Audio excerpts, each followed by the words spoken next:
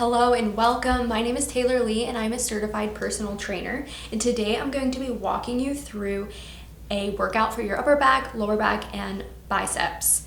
Now, we'll be going through each exercise for 2 rounds, which studies show that you can build and maintain muscle with as little as 1 hard set per week. Now, I'll be talking a little bit more about that throughout the workout, so feel free to skip around and grab the exercises that you want or need to take with you to the gym or do at home, but I do recommend at least listening to the whole thing with me talking at least once so that you can get the really important cues that are going to give you the most effective workout. I recommend 2 moderate to heavy weights and 1 lighter weight, as well as a mat or a carpet. To warm up, we'll just start in a seated position. You can sit cross-legged. I'm going to start on my knees, and we're just going to tune into our breath. Feel free to get any music you want in the background.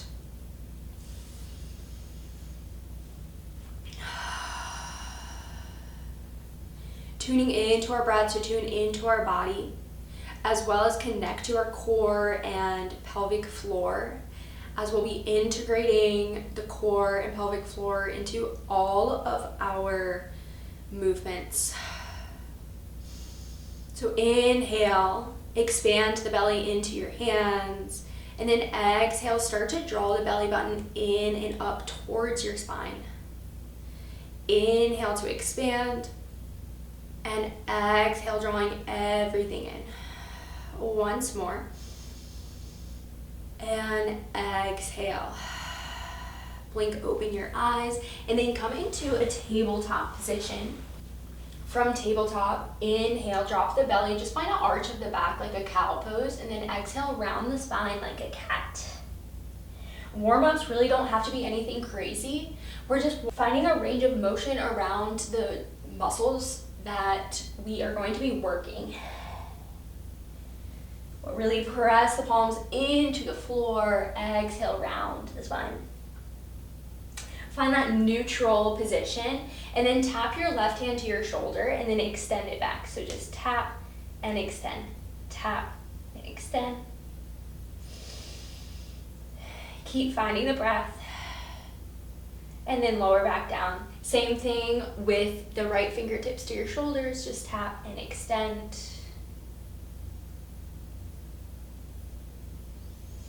For 3, 2, and 1. Come back to tabletop. For our upper back, we're starting with our kickstand rows. So if I'm mirroring you, I'm going to step with my left foot, right knee down, and then bring your right hand down to the mat or to a weight. Left hand is going to find your weight. We're going to inhale to prepare, and then exhale, draw the elbow back. Inhale to extend, and exhale to pull. Inhale and exhale. Now try not to pause at the top or the bottom. Just try to make it nice and steady.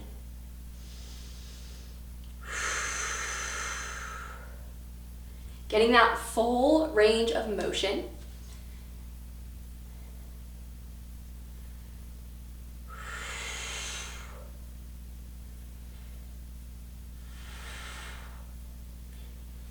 Now we want to be working to the point of muscle failure or just before. So we're not counting reps, we're not going for an arbitrary number of reps, and we're not using any particular weight. We can still get progressive overload by continuing to challenge our muscles, by going to a muscle failure. I'm getting to that point. You know you're done when you struggle to do that last rep or last couple reps.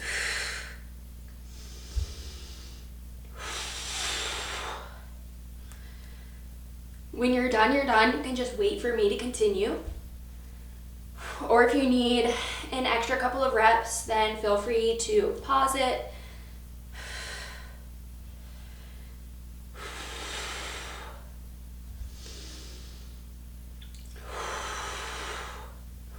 getting there.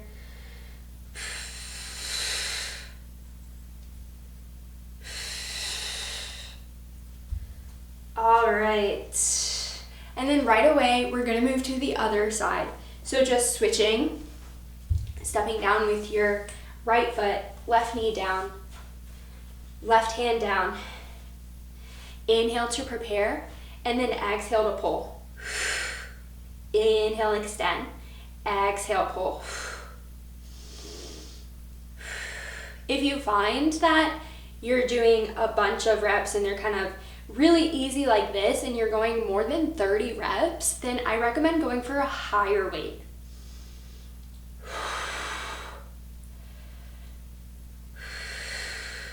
Inhale, extend.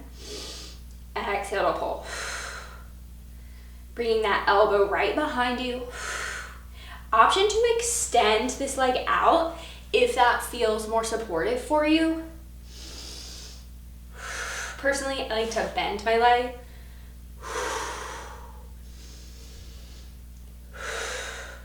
Now the reason why we're doing kickstand rows instead of like a bent over row on a bench is because when we're doing a bent over row, we're getting a lot of stimulus to our lower back, and we don't really want that. We want the most support possible so that we can really isolate the muscles of the upper back.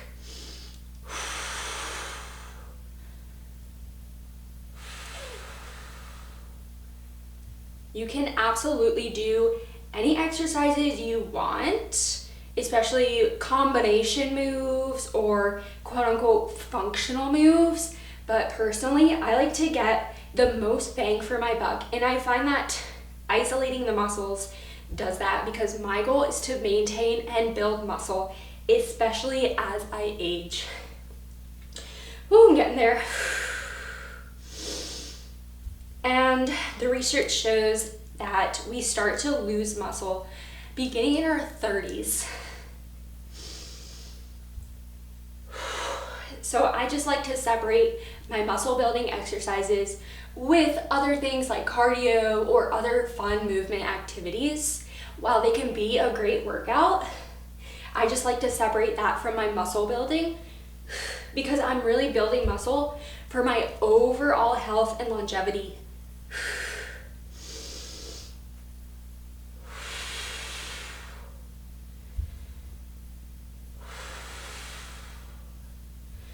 Whew, I think I got one more. All right. Next, we are moving into bicep curls. So I'm gonna stay kneeling, but we are going to grab our heavy weights. You can also stand up for this or even sit in a chair. All right, we got an inhale to prepare. And we're gonna alternate right and left. Exhale, curl your right bicep in. Inhale to extend. Exhale, curl left. Inhale, extend. Exhale, right. Really squeeze that elbow in by your side. Integrating the core. Belly button in with your exhale. Always exhale to contract.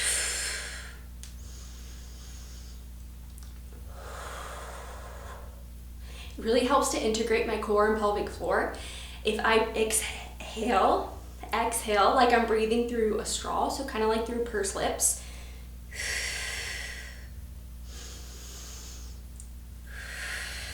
If you find that you need a little more stimulus to the muscles because your weights are a little lighter, feel free to curl both at the same time. My weights are a little bit heavier for me, especially for bicep curls, but believe me, I've been doing exercises like this since I was about 3 months postpartum. And I started curling like 5-pound dumbbells. And that was definitely enough for me. Now I'm about 14 months postpartum and I'm curling 20. So if I can do it, you can do it.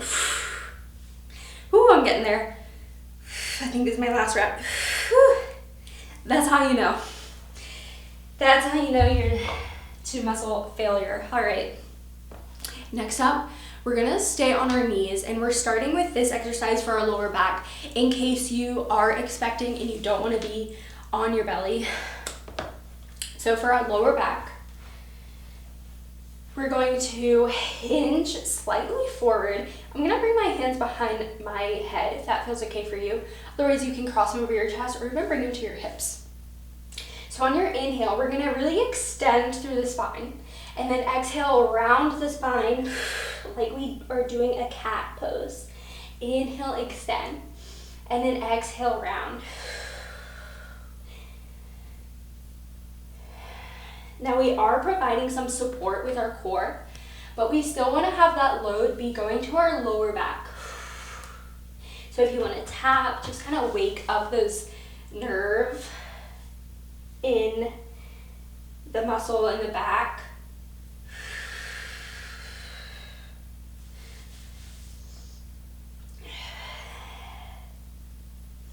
Inhale, extend, and exhale, round. Another option for lower back exercise, if you are okay being on your belly, is, well, actually it doesn't even go on your belly, I think it just goes across your hips, is those, I think they're called Roman chairs at the gym. So just to provide support so that you don't have to be kneeling. And then you would do more of an extension and flexion like this.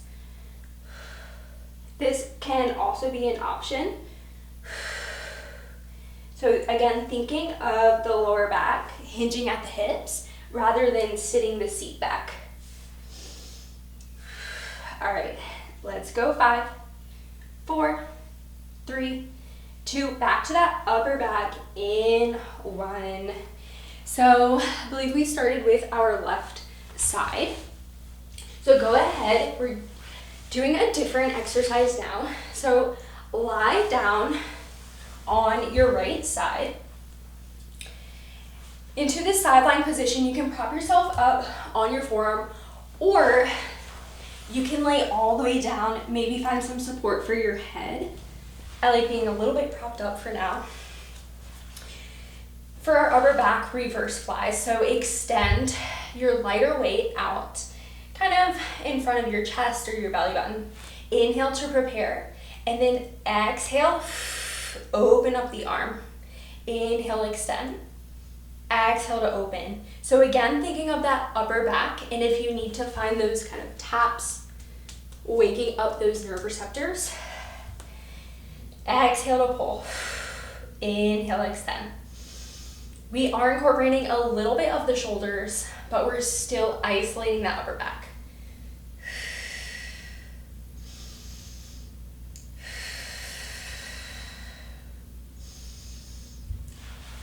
And again, the reason why we are lying down for this one is so that we can find more stability, more support, so that we can really isolate the muscle groups that we're working,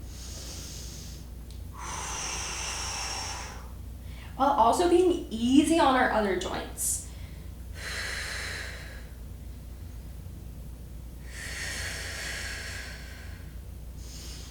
All right, it takes me a little bit longer to get to muscle failure just because I'm using a lighter weight, but I want to keep that form, so I don't really want to go up in weight. So I'm gonna add a half rep. So I'm gonna come halfway, I'm gonna pulse up, pulse down, then all the way up, all the way down. And I definitely start to feel that right away a little bit more. Pulse up, pulse down, all the way up, all the way down. Now try not to let it bounce with these pulses. We don't want to think like bar class pulses or anything. We really want to control so that we're utilizing the muscle, getting that time under tension with the muscle being contracted.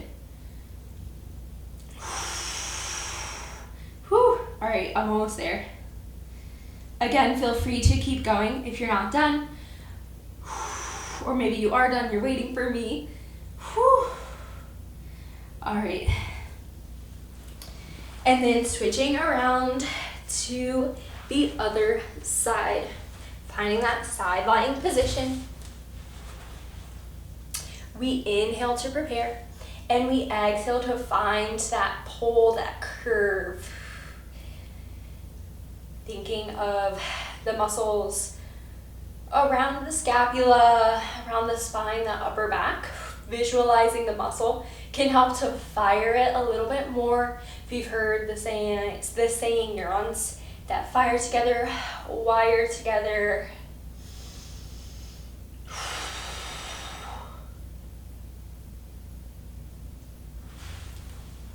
Whew, I'm really feeling this today.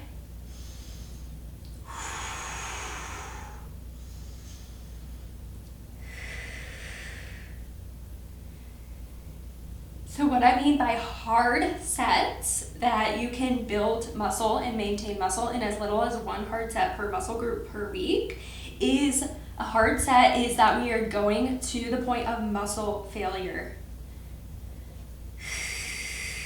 which usually we can do a lot more reps than we think.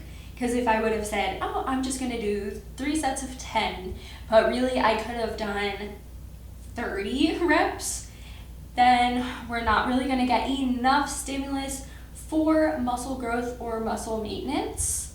Now, if you are new to resistance training, then you could absolutely see some strength gains, some muscle gains by not going to muscle failure. So we can still get body recomposition in that way, but as you continue to train your muscles, you're still gonna need more stimulus. All right, if you did those half reps on the other side, feel free to join me. So pulse it up, down, full range. Oh man, I'm almost done. Waited a little longer to do those pulses on this side, but that's okay. We don't have to be completely symmetrical. We're using our body to listen to when those muscles are completely cooked. All right, I think I'm done. Whew, and then heading back to those bicep curls. I will be standing up and utilizing the wall for more support, and I'm gonna show you 2 hands for these bicep curls. So using this wall for support, we inhale to repair and we exhale to curl. Inhale, extend. Exhale. Feel free to do the alternating bicep curls if you liked that on the last one, and feel free to kneel or even sit. I always give bicep curls to, well, really anyone, but especially my expecting mamas, because that carrier, carrying that carrier, it is like so much bicep. I always think that I'm gonna get to bicep failure just by carrying that carrier around, and I know there's alternate ways to carrying it, but those are actually really uncomfortable in my arms.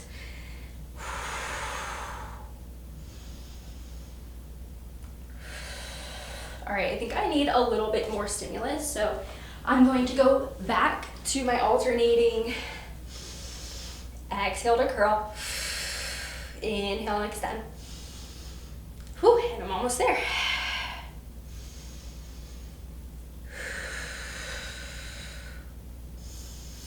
All right, guys, after this exercise, we just have one more set of work. If you want to do 3 rounds, then feel free to repeat each exercise once more. I trust that you'll get to muscle failure without me. Although we are doing a minimal amount of sets with hard work, hard sets, if you are going for a maximal amount of muscle growth, then I do recommend 4 to 6 sets per muscle group per week, but I don't really recommend doing all 6 sets in one day. So let's say you did biceps 3 sets on Tuesday, then I would recommend doing another day on an alternate day, so maybe on Wednesday, Thursday, or Friday, doing another 3 sets for maximum muscle growth. We've got one more round of lower back. So if you prefer to not be on your belly, then I'm gonna have you go back to doing these cat-cows, hovering, or if you are comfortable being on your back or on your belly, then lowering all the way onto the belly. Extend your arms out long. Inhale to prepare, and then exhale to come up, squeezing the elbows down.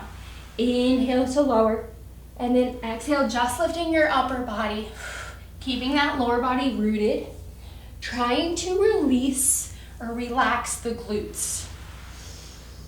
Exhale, kind of coming up to a baby cobra if you're familiar in yoga.